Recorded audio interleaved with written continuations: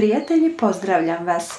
U današnjem videu govorimo o jednostavnom, jeftinom i ekološki prihvatljivom načinu pikiranja mladih biljaka. Pikiranje mladih biljaka paradajza je proces njihovog presađivanja iz zajedničkog im sjemeništa u zaseban veći prostor za razvijanje korijena i napredovanje, a sve u cilju dobivanja kvalitetnog rasada. Najbolji rasad dobija se pikiranjem u glinene, plastične ili papirne saksije ili čak upresovane kocke. Proizvodnja rasada u saksijama je dosta skupa i isplati se jedino pri gajenju najrajnijih usjeva. Ne bacajte rolne toalet papira. Koristit ćemo ih za presađivanje sadnica kada su dovoljno velike, ali morate biti vrlo nježni kako ne biste slomili ili savili biljku. Većina biljaka bi trebala biti spremna za presađivanje kada imaju 2 seta listova i dostignu visinu od oko 3 do 10 cm, ali to se razlikuje od biljke do biljke.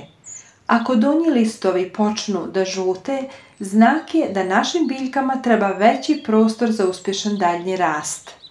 Temperatura supstrata treba biti između 15 i 20 stepeni Celzijusa kako mlade biljke ne bi doživjele temperaturni šok.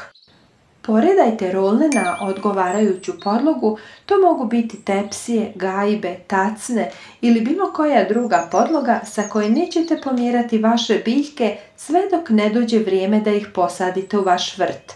Rolne se pune supstratom pomoću lijevka ili uz pomoć nekih drugih posudica. Korijen treba da ostvari što bolji kontakt sa supstratom. Rupe mogu da se prave olovkom, a ako je mokra zemlja, biljke se mogu i sa prstom zabadati. U svakom slučaju treba napraviti udubljenje na sredini. Sada presadite biljčice iz sjemeništa u rolnu gdje će imati više prostora za napredovanje. Dubina sadnje je do kotiledonovih listova. Biljke se usađuju u 2 do 3 cm veću dubinu od one u kojoj su do tada rasle. Nakon stavljanja biljke u novi prostor, zemlja se nagrne i zalije.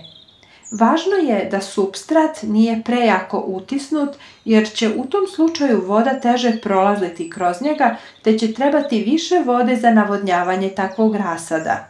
I korijen biljaka se bolje razvija u rahlom, a ne u zbijenom supstratu.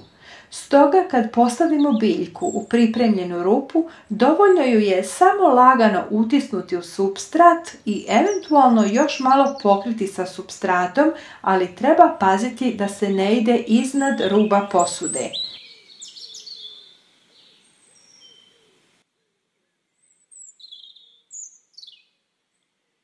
Nakon rasađivanja, biljke zalijte vodom koja je odstajala 24 sata u istoj prostoriji u kojoj vršite presađivanje.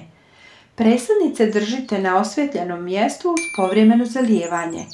Biljke se prije rasađivanja na otvoreno iznose nekoliko dana napolje, ali postepeno, svakim danom sve više da bi se adaptirale na prirodne uslove.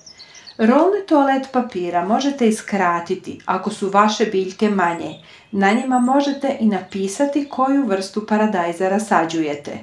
Na ovaj način korijen će ostati neoštećen, a nećete imati dovoljno posla s rolnom jer će se zajedno s biljkom zakopati u vrt, a rolna toalet papira u dodiru s vlagom vremenom će se razgraditi. Na ovaj način možete da sadite bilo koju biljku koju želite. Dragi prijatelji, ako vam se ovaj video dopao, lajkujte ga i pošaljite i vašim prijateljima. Hvala vam na tome.